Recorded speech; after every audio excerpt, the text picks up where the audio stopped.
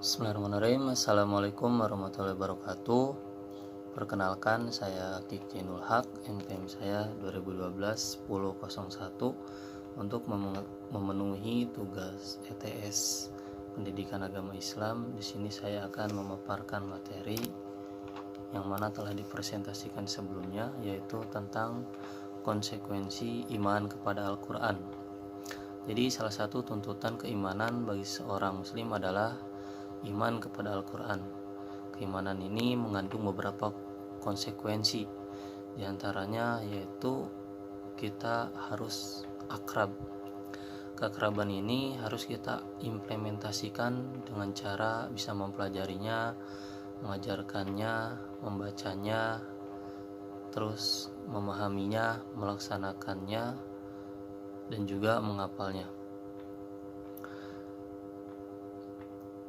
Keutamaan dari membacanya sendiri bisa kita ketahui dari firman Allah Subhanahu wa taala yang berbunyi, sesungguhnya orang-orang yang selalu membaca kitab Allah dan mendirikan sholat dan menafkahkan sebagian dari rizki yang kami anugerahkan kepada mereka dengan diam-diam dan terang-terangan, mereka itu mengharapkan perniagaan yang tidak akan merugi, agar Allah menyempurnakan kepada mereka pahala mereka dan menambah kepada mereka dari karunia-Nya.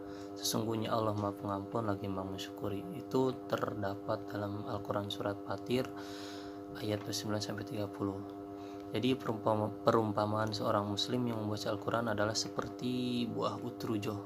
Baunya enak, narasinya juga enak. Adapun perumpamaan seorang muslim yang tidak membaca Al-Quran seperti buah kurma, tidak ada baunya dan rasanya manis. Nah, yang demikian itu diriwayatkan oleh Bukhari dan Muslim. Selanjutnya pahman, yaitu selain kita tadi membacanya, kita juga harus memahami Al-Quran itu. Karena memahami Al-Quran adalah sebuah keniscayaan, karena ia adalah kitab petunjuk kehidupan bagi orang-orang beriman. Sebagaimana yang telah diriwayatkan oleh Bukhari, sebaik-baik kalian adalah orang yang belajar Al-Quran dan mengajarkannya. Selain mempelajarinya juga kita harus bisa untuk berupaya mengamalkan Al-Quran itu sendiri dalam kehidupan sehari-hari. Hal ini telah dicontohkan para salafus sholih yang tergambar dalam sebuah hadis yang diriwayatkan dari Abdul Rahman As-Sulaimi yang berkata, telah menceritakan kepada kami orang yang dulu membacakan kepada kami, yaitu sahabat-sahabat Nabi SAW, bahwa mereka dulu mendapatkan bacaan Al-Quran dari Rasulullah SAW 10 ayat. Mereka tidak mengambil 10 ayat yang lainnya sehingga mereka mengerti apa yang ada di dalamnya, yaitu ilmu dan amal. Mereka berkata, maka kami mengerti ilmu dan amal, di riwayat Ahmad.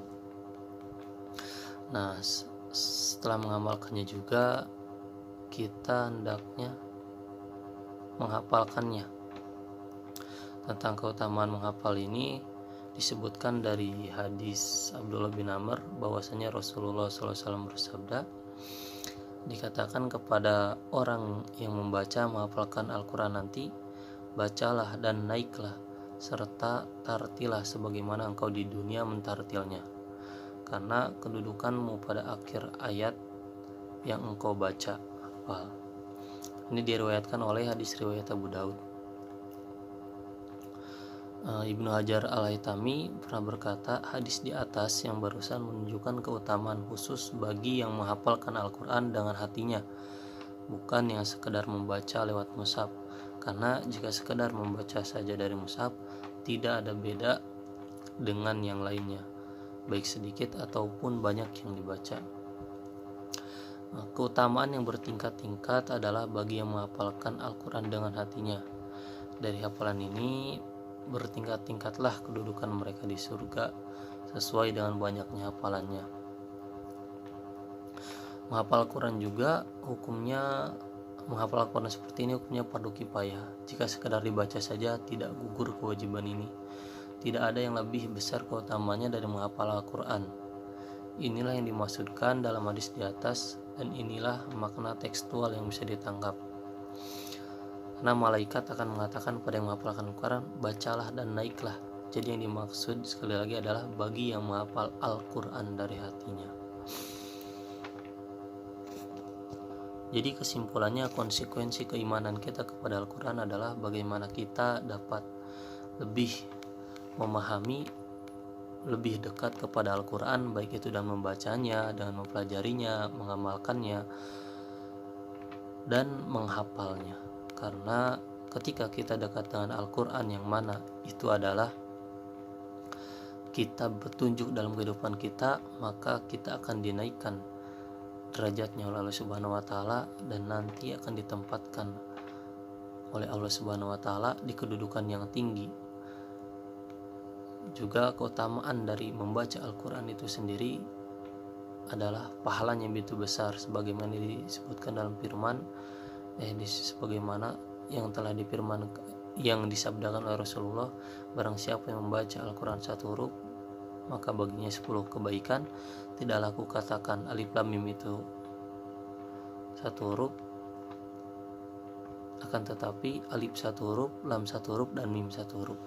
Jadi seperti itu, semakin kita dekat dengan Al-Quran, yang merupakan konsekuensi dari keimanan kita kepada Al-Quran, maka semakin dekat kita dengan keridhaan kepada Allah Subhanahu wa taala. Demikian yang dapat saya sampaikan. Wabillahi taufiq wal hidayah. Kurang lebihnya mohon maaf, yang benar datang dari Allah, yang salah jelas dari diri saya pribadi. Astagfirullah. Assalamualaikum warahmatullahi wabarakatuh.